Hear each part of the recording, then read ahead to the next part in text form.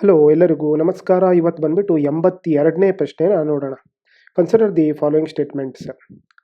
In India, non banking financial companies can access the liquidity adjustment facility window of Reserve Bank of India ಅಂತ ಹೇಳಿ ಒಂದನೇ statement ಇದೆ. ಎರಡನೇ ಸ್ಟೇಟ್ಮೆಂಟಲ್ಲಿ in India foreign institutional investors can hold government securities. ಅದೇ ರೀತಿಯಾಗಿ ಮೂರನೇ statement ಬಂದ್ಬಿಟ್ಟು in India stock exchanges can offer separate trading platform for debts ಅಂತ ಹೇಳಿ ಕೇಳಿದ್ದಾರೆ. ಸೊ ಇದು ಬಂದ್ಬಿಟ್ಟು ಎಕನಾಮಿಕ್ಸ್ ಕ್ವಶನ್ ಆಗುತ್ತೆ. ಸೊ ಇದನ್ನು ತಿಳ್ಕೊಳ್ಳೋದ್ರ ಸಲುವಾಗಿ ನಾವು ಒನ್ ಬೈ ಒನ್ ಡೀಟೇಲಿಗೆ ಹೋಗೋಣ. ಸೊ ಒಂದೇದು ಬಂದ್ಬಿಟ್ಟು liquidity adjustment facility. Liquidity adjustment facility extended by RBI to scheduled commercial banks. So NBFCಗೆ ಸ್ಪೆಸಿಫೈ ಮಾಡಿಲ್ಲ, ಬರೀ ಸ್ಕೆಡ್ಯೂಲ್ಡ್ ಕಮರ್ಷಿಯಲ್ ಬ್ಯಾಂಕ್ಸ್ಗೆ ಅಷ್ಟೇ ಇದೆ.